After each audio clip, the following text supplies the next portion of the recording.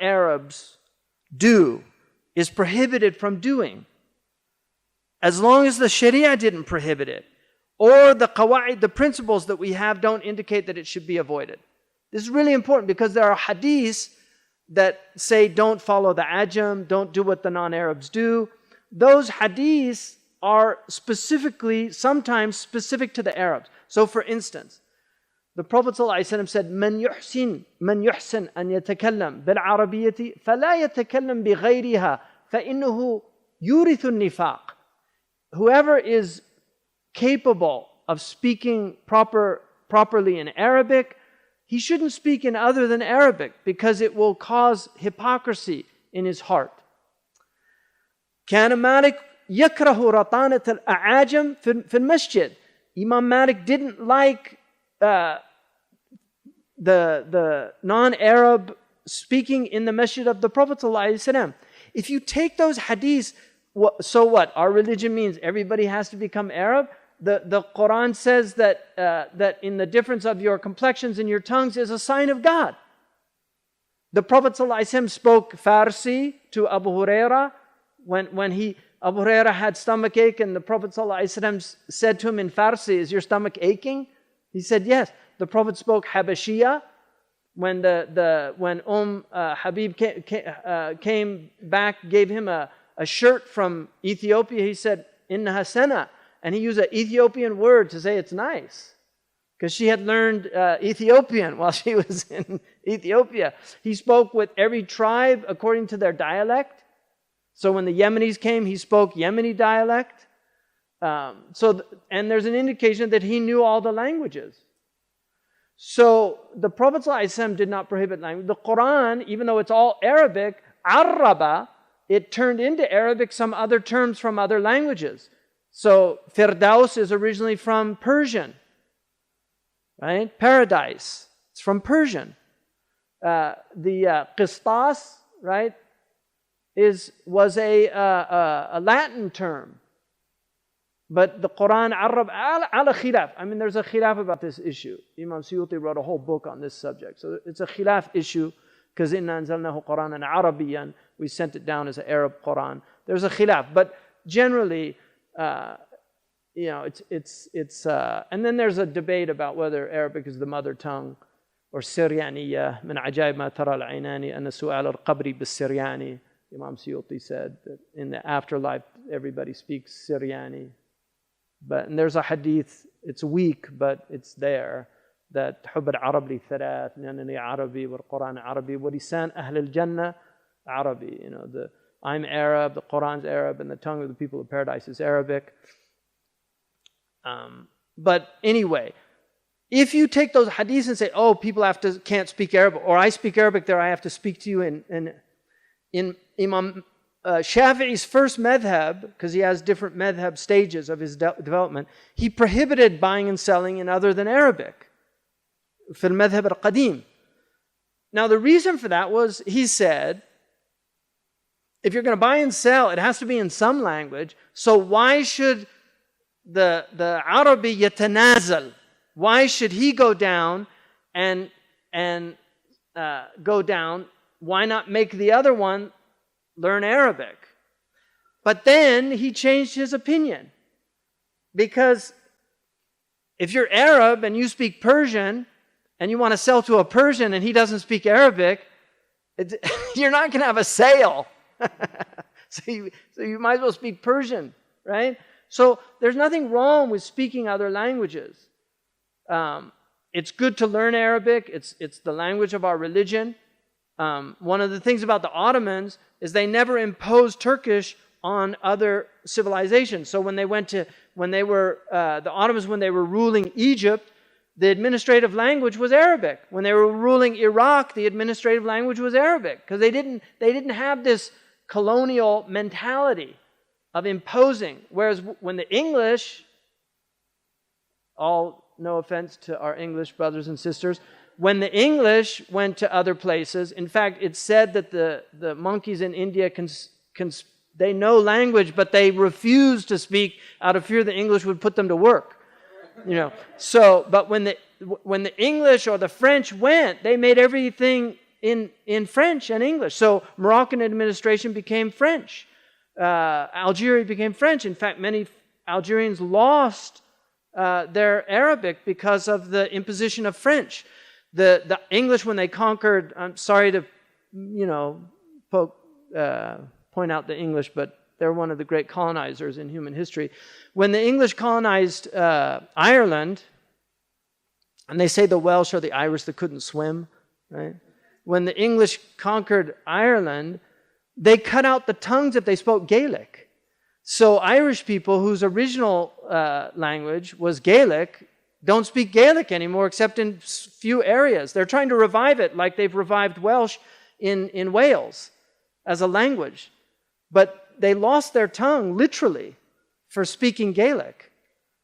This happened in Andalusia. They used to cut out the tongues of Quran teachers so they wouldn't teach the Quran. And now we have our community abandoning the Quran when people lost their lives for teaching the Quran. It's amazing. So languages are honored in Islam. Every language, every people's language is their language. And that's why in many cultures, a lot of Arabic names went to those cultures, but they didn't adopt only Arabic names. Just like in the West, most Christian people had names from the Bible. So if you meet Western people, it's David and John and Yohanna, Dawood, Jesus, if you're Hispanic, Jesus. But not all the names. Many of the names are like Laurel, right? From ivy, because they were pagans before they were Christians. And so the spirit world was all embodied in the animal and vegetable kingdom. You had native peoples, Aboriginal peoples named after animals very often. So Native American Indians had names that related to animals. The Bedouin Arabs had names related to animals, Fahad and Nimr and Dhi'ib and Jahash and names like that, right? That's tradition. So the Prophet, when he came, he didn't change everybody's names and make them all get new names, right? They have their names that they had in Jahiliyyah, unless the meaning was against a name. Then he would change it. So if they were like Abdul Lat, he would change it. Or Abdul Atiq, he would change it. But he didn't change names. Hanzala, he didn't change. Talha. Talha is the acacia tree because it's hard and it gives shade.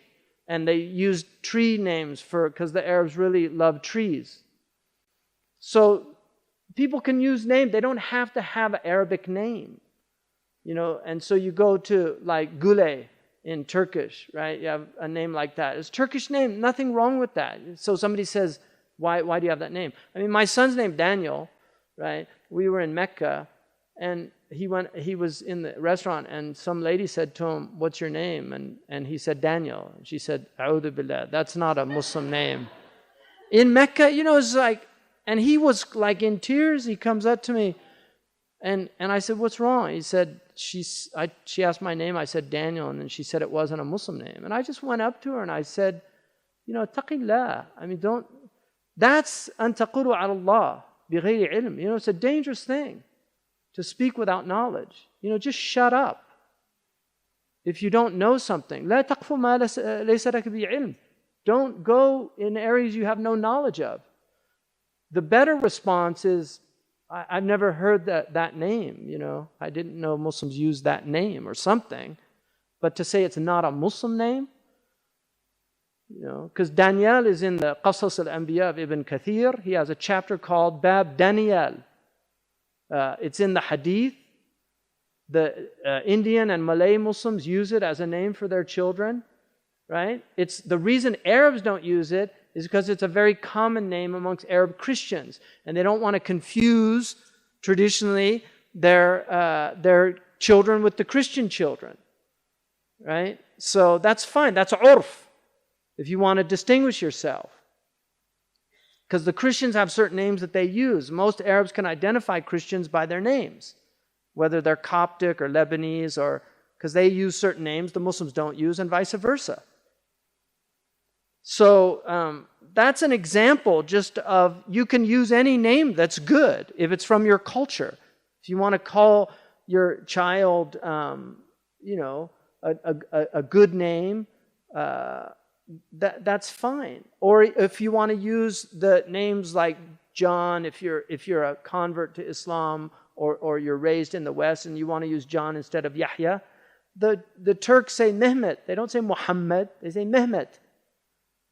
There's nothing wrong with that, and that's why Joshua becomes Joshua. For instance, in the Quran, you have Ibrahim, which is qira'ah sab'iyah, and then you have Ibrahim, which is a qira'ah sab'iyah. It's a valid recitation. So if you called your son Ibrahim, it's as valid as Ibrahim because it's a sound qira'ah. Or if you want to call him Abraham, there's nothing wrong with that. These are issues that were resolved centuries ago, and they just shouldn't be issues anymore. But this is when ignorance becomes widespread in a community. All these problems arise, and then humility of just not having that basic thing to say, I didn't know that. I mean, people say that, like, really? I didn't know that. Well, gee, do you know everything? I mean, is it really surprising that you should say, I didn't know that? There's lots of things you don't know. I remember years ago, I was in the Emirates, and they brought these tiny little finger bananas that I'd never seen before from India. And I was like, subhanallah, I've never seen a banana like that. And the sheikh said to me, there are many things you've never seen in this world. Right? That was a good lesson for me.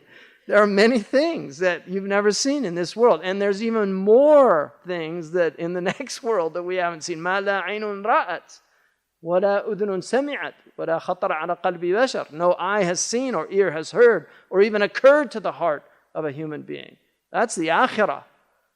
Ibn Abbas said, لَيْسَ فِي الْآخِرَةِ مِنَ الدُّنْيَا إِلَّا الْأَسْمَاءِ. The only thing the dunya and akhirah share is the names. The realities are completely different. So it's, when the Quran says there's grapes in paradise, don't think they're like these grapes down here, right? Where you have to spit out the seeds.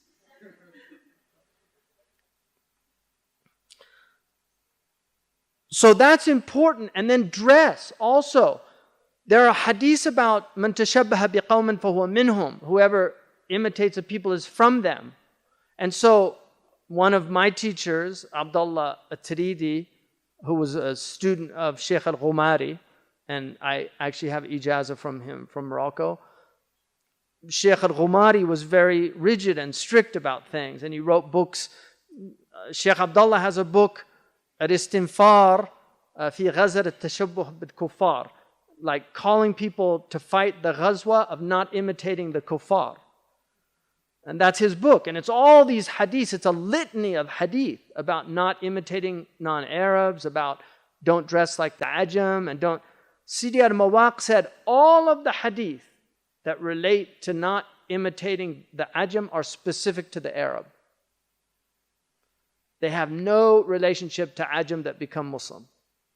So this idea of not dressing like, and then you see converts who suddenly put on a robe and a ghutra, thinking that this is Islam. There's no dress of Islam. There is no dress in this religion that is specific to the religion. The Prophet ﷺ wore a Habashi shirt. He wore a Roman shirt. It was a Romani, qamis Romani. Kana dayiq. It had narrow sleeves.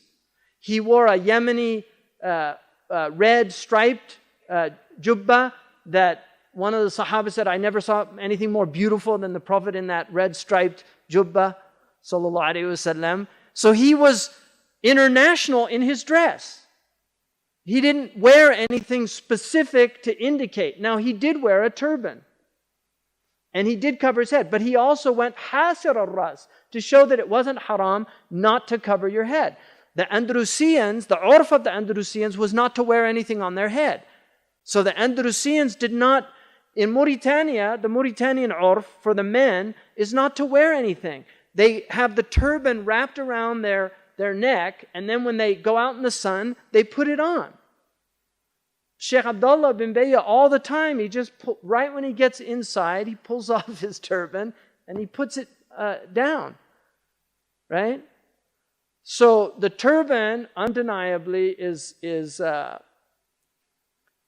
arguable that it's from the Sunnah. There's a khilaf about it, but it's arguable. But, let me give you an example. The Malikis said, it's only Sunnah if you do it with tahniq. So you have to do the turban wrapped under the chin, because that's the way the Prophet ﷺ wore his turban, with a du'aba, wearing like the way Jama'at Tabligh puts down and has two, they have two coming out. The Prophet did that. But he wore it under his neck. And this is why the Muhannak was the alim who had the tahniq. He reached a level and he started wearing the turban with the tahniq. So Uthman Danfodio says, if it doesn't have the tahniq, it's not sunnah. So if you put a turban on your head, it's a turban, but it's not the sunnah turban. That's his opinion. Other scholars didn't go by that. So these are khilaf issues. So if the urf is not to wear the hat, which is the common urf in most places now, not to cover the head for males. But it's actually not good for you because the sun goes through the hair, and if you're in areas where there's a lot of sun, it's actually very bad to be exposed to sun. You can get cancer. That's why if you go to a dermatologist, they'll check your hair, under your hair, because it's a very common place to get skin cancer. And we know now that exposure to the sun is except for very small amounts to get your vitamin D, like 10 minutes a day maximum.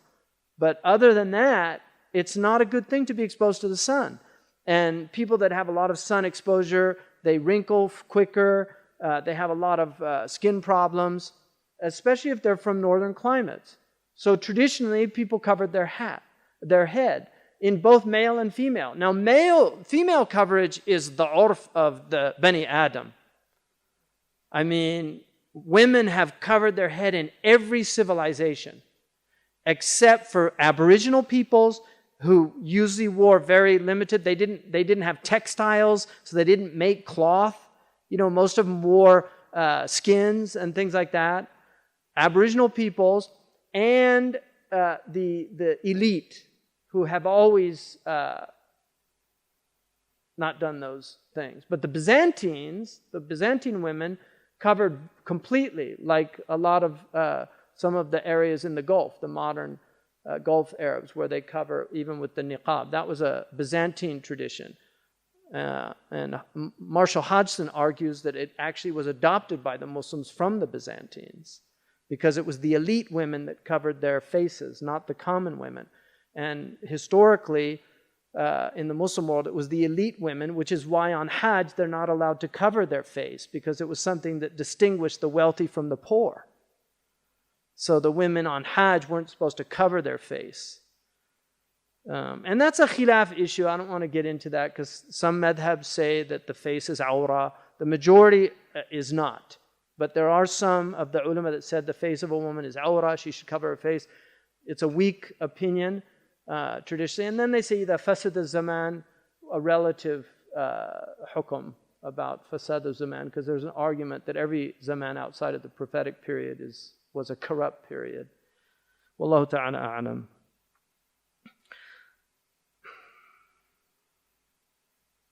يختص النهي بما يفعله الأعاجم على خلاف مقتضى شرعنا. أما ما فعلوه على وفق الندب أو الإيجاب أو الإباحة في شرعنا فلا نترك ذلك لأجل تعاطيهم إياه. So if non-Muslims, he's really talking about non-Muslims here. If non-Muslims do something, the prohibition of imitating them is in only those things that go against our Sharia. As for what they do that is either encouraged or an obligation or permitted in our Sharia, we don't leave it because they do it. Right? We don't leave it because they do it. ينبغي للمتورع أن يتورع في خاصة نفسه ولا يحل له ولا يجوز أن يحمل عليه أهله وعياله. The one who is scrupulous in his practice should only be scrupulous in what pertains to himself. It is not permissible for him to force his family or his children to follow that same. This is great wisdom, because this is what drives kids out of Islam. When you try to force them, you take the strictest opinions and you try to force it on your children, it makes them rebel. This is great wisdom.